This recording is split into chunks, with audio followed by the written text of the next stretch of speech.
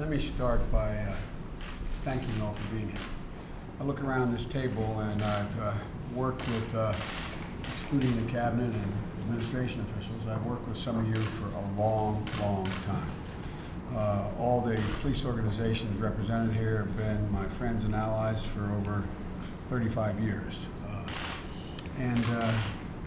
The President asked me to convene this meeting with you, and we'll be talking with other stakeholders as well, because we have to have a comprehensive way in which to respond to the mass murder of our children that we saw in Connecticut, but that's not the only incident. I want to talk to you all about the way we've always talked in the past.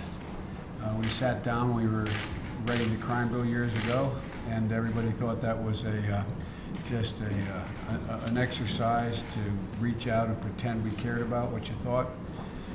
You, the police organizations, were the organizations that came forward and not only dealt with the punishment and incarceration side of it. You were the ones who came up with the ideas about community policing. You came up with the ideas about reaching out and having drug courts. You were the ideas. You know better than anyone what is needed out there, and what I think the public has learned about you is you have a much more holistic view of how to deal with violence on our streets and in our country than you're ever given credit for. I know you all. I know you well. And so you're the first group with whom the President gave me this charge, along with some of our cabinet colleagues here. You're the first group that I wanted to speak with. And so what I'd like to do is the President is absolutely committed to keeping his promise that we will act, and we will act in a way that is designed, even if he says we could only save one life.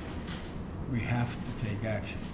And there are a number of things you know, because I've spoken with you all for so many years and continue that relationship over the past 4 years, that there's some things we can immediately do.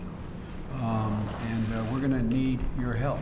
We see no reason why the assault weapons ban, quite frankly, you guys helped me write in the original crime bill. It passed the Senate, then didn't get past the House, and then we were back at it again with Dianne Feinstein's leadership. She convinced people to put it back in the bill.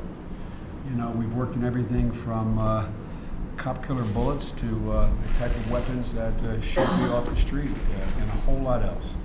So that's what I want to talk to you about today. I want to hear your views, and because for anything to get done, we're going to need your advocacy. We're going to need the advocacy of the law enforcement organizations in this country.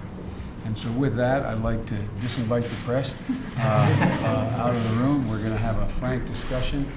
And as these women and men in uniform around this table know, we are never not frank with one another. So I'm anxious to get to a discussion.